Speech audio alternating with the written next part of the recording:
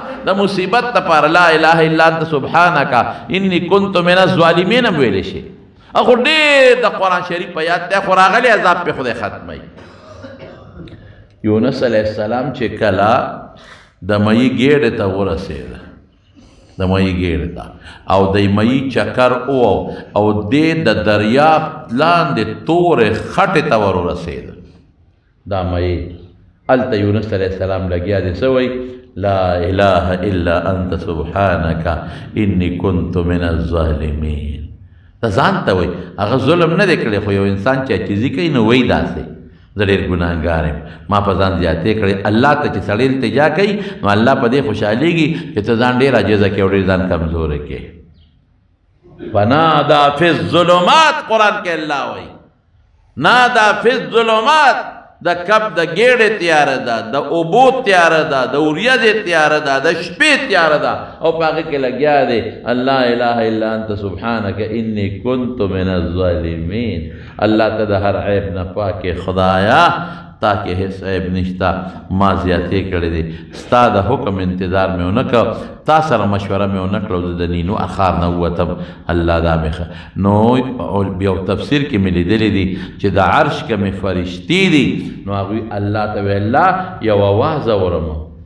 الله یو اواز اورو او داسې ده لکه چې چا څوک د مرۍ نه نیولې دی او زور کړی دی تا بیا یادوي مرۍ نه چې چا څوک نیولې وي او په دې مرۍ وله زور کړي او بیا تا یاد یو ډېر د عجزۍ او د ژړا چغې درته وایي داسې اواز دی الیه یسعد الکلم الطیب والعمل الصالح یرفعه دا نیک عمل خدای پاک ته به رسېږي الله وی دا ما یو بنده دی یونس امې رانیولی دی اوهو الله دا خو خلاصو پرېږده معاف یې که الله امې رانیولی دی او دې وخت کې د کب په ګېډه کې دی او کب د دریاب په ویښ کې په توره خټه د پاسه پروت دی او ما ته چغې وایي الله معاف یې کړه معاف کړه الله حکم وکړه دریاب مئی ته او چکر ووه بار یې راوویسته او د دریاب غاړې ته یې الټی کړه او بار یې وغورځو الله څه وایي قرآن شریف کې فلولا انه كان من المسبحين للبث في بطنه الى یوم یبعثون کده زما دا تسبیح نوی دا کپ پا دے گیڑا کے نو خدای پاک ہمیشہ دا پارا بدے یوم یبعثون خدا مانا چے دا قبر نخلق پاسی ناغی پورے خجنی موت مبالغہ دا دے بڑیر عمر خیر پورے دا کپ پا دے گیڑا کے پروتو دا چکر بے والی الله په دې قادر دی چې اوبه محفوظ وساتي په دې قادر دی چې کب لم زیات جون ورکي او په دې قادر دی چې دلم د کب په ګېډه کې جون ورکي نو ګوره هلته څه وایي لولا انه كان من التوابین نه وایي که د توبه نه ویستلې لولا انه كان من المستغفرین نه وایي چې دی بخونکې ما نه بخنه نه غوښته من المسبحین ګوره تسبیح برکت شو سبحان الله برکت شو چې راغلی عذاب خدای پاک عذاب خو نه دی گرفت به ویما هغه ته الله پاک ختم کو او اوچتا د کب د ګېډې نه خدای پاک راوغورځه نو لا اله الا انت سبحانک انی کنت من الظالمین دا هم وایي ښه خبره ده حسبنا الله ونعم الوکیل دا هم وایي ولې دا هم ښه دم دی نبی کریم صلی الله علیه وسلم فرمایي وی دجال به راځي دنیا به ګمراه کي دجال به راشي پیسې به خلکو له ورکوي کنه دنیا خلق له پیسې به ورکوي دولت به ورکوي دا ټول خلق ورپسې چې څوک یې ونه مني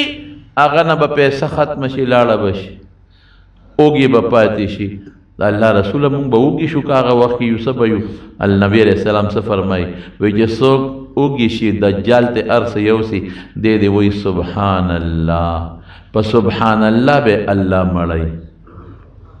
سبحان الله نه ګوره تسبیح شو سبحان الله د لوګه باندې راځي په سبحان الله باندې مړی دا وایي تاسو نو ګوره دجال چې راشي دنیا به ګمراه کی وی الله رسول په سبب بچ کیږي دا خلق وی دی وی چې حسبی الله ونعم الوکیل یا حسبنا الله الله موږ له کافی دی ونعم الوکیل الله زمون کار ساز دی دا خدای پاک نه کار سمون کې بل ذات نشته دی دا وای نو یو صدقه شو استغفار، تسبیح، حسبنا الله ونعم الوکیل دا وایه، دا دم شو دم.